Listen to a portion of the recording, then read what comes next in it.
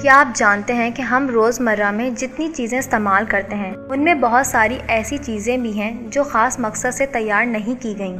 जी हाँ, ऐसी बहुत सारी चीज़ें हैं जो हम रोज़ देखते भी हैं और इस्तेमाल भी करते हैं, पर आज तक हमने सोचा ही नहीं कि ये चीज़ें कैसे और क्यों बनी होंगी। इन चीज़ों में हमारे किचन की चीज़ें, हमारे खाने पीने की अशिया और अलग अलग तरीके की चीज़ें भी शामिल हैं। तो आइए नज़र डालते हैं ऐसी 6 चीज़ों पे जो गलतियों का नतीजा साबित हुई। माइक्रोवेव ओवन 1946 में पर्सी स्पेंसर से इत्तेफाकन इन्वेंट हो गया। पर्सी स्पेंसर एक साइंसदान थे जो अपने एक एक्सपेरिमेंट में मशगूल थे। स्पेंसर इस एक्सपेरिमेंट में वैक्यूम के जरिए रेडार से रिलेटेड रिसर्च प्रोजेक्ट पे काम कर रहे थे। इस दौरान इनकी जेब में एक कैंडी रखी हुई थी।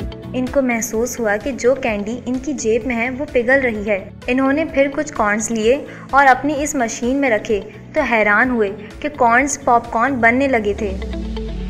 इन्हें फिर यकीन हो गया कि ये इन्होंने एक मशीन तैयार कर दी है जिसको अब माइक्रो ओवन के नाम से दुनिया भर में जाना जाता है। दूसरे नंबर पर आते हैं फायरवर्क्स। ये आतिशबाजी लोग शादी ब्याह की तकरीब में या खुशी के मौके पे करते हैं और लुत्फअंदोज होते हैं। दरअसल ये फायरवर्क्स भी एक गलती से ही इजाद हुए हैं। इसके बानी के बारे में जान के आप हैरान रह जाएंगे क्योंकि इसके बानी को खुद नहीं पता था कि ये उनसे क्या हो गया है। असल में आज से 2000 साल पहले एक शेफ किचन में कुछ काम कर रहे थे। इन्होंने चारकोल, सल्फर और सॉल्ट पीटर को मिलाया तो अचानक एक धमाका हो गया। वो खुद भी हैरान रह गए और फायरवर्क्स इजाद हो गए। तीसरे नंबर पर हमारे पास है मैचिस। ये माचिस की तीलियाँ जो हम रोज़ाना काफ़ी मरतबा इस्तेमाल कर लेते हैं। माचिस भी एक गलती का नतीजा साबित हुई। जॉन वॉल्कर जो एक कीमियादान यानी केमिस्ट थे, इनकी एक गलती की बिना पे मैच स्टिक्स का वजूद अमल में आया।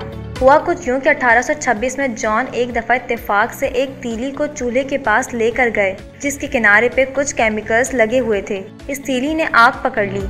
इन्होंने इसका नाम फ्रिक्शन लाइट्स रख दिया। उस वक्त ये एक गत्ते से बनी थी, लेकिन फिर इसके लिए कार्डबोर्ड के बजाय लकड़ी इस्तेमाल होने लगी और यूँ माचिस की तीलियाँ इजाद हो गईं, जो आज हम सब के घरों में मौजूद हैं। वेलक्रो आता है चौथे नंबर पर। वेलक्रो जॉर्ज डी मिस्ट्रेल की 1940 की इजाद है, जो एक मर्तबा अपने पालतू कुत्ते के साथ पार्क में टहलने निकले तो कुछ बीज उड़कर इनके कोट पे और इनके कुत्ते के जिस्म पर चिपक गए। ये देखकर इनके जहन में ख्याल आया कि क्यों ना इस तर्ज पे कुछ यूजफुल चीज बनाई जाए। इस तरह वेलक्रो इजाद कर दिया गया, जो आज हम सब अपने शूज, बैग्स और दीगर अशिया पे देखते हैं।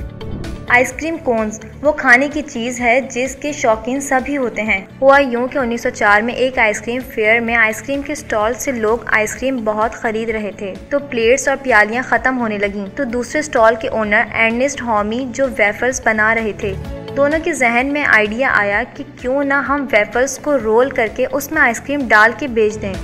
इस तरह इनका आइडिया लोगों को इतना पसंद आया कि आज भी आइसक्रीम कोन्स बड़े शौक से नोश की जाती है।